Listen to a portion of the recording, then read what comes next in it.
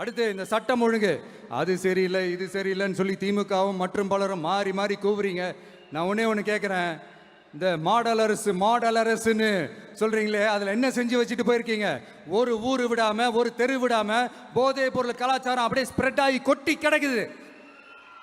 அது அப்பவே initial stage அதை நீங்க கண்ட்ரோல் பண்ணியிருந்தீங்கன்னா இத்தனை பெண்களை இழக்க வேண்டிய ஒரு சூழ்நிலை ஏற்பட்டிருக்குமா?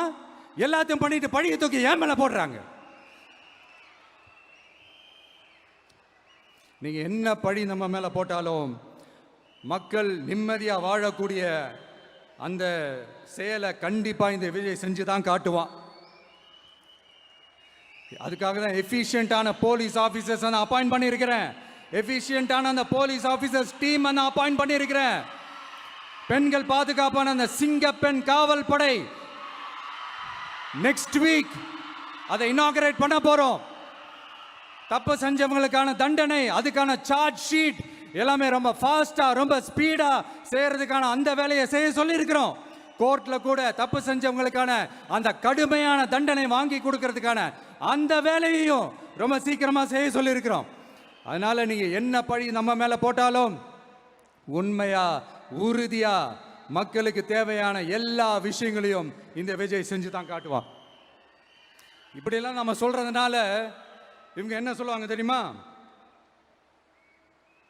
அவங்க தான் ஆட்சியிலே இல்லையே, அப்புறம் ஏங்க அவங்கள குறை சொல்றீங்க அப்படின்னு கேட்பாங்க. வேர்ல வெந்நியை ஊத்திட்டு போனவங்கள வெளிச்சம் போட்டு காட்டாம பின்ன வேற என்ன சொல்லுவாங்க? இதெல்லாம் மக்கள் கிட்ட நம்ம தெளிவா எடுத்து சொல்லணும் இல்லையா? அதுக்காக தான் இதெல்லாம் சொல்லிட்டு இருக்கிறேன். நம்ம மக்களுக்காக இவ்வளோ வேலை பார்க்குறோம், ஆனால் இவங்க அதையெல்லாம் விட்டுட்டு குதிரை பேரம் பண்ணுறாரு, அது பண்ணுறாரு, இது பண்ணுறாருன்னு சொல்லிட்டு தப்பா கதையெல்லாம் அடித்து விட்டுக்கிட்டு இந்த தீய சக்தியும் தீந்து போன சக்தியும்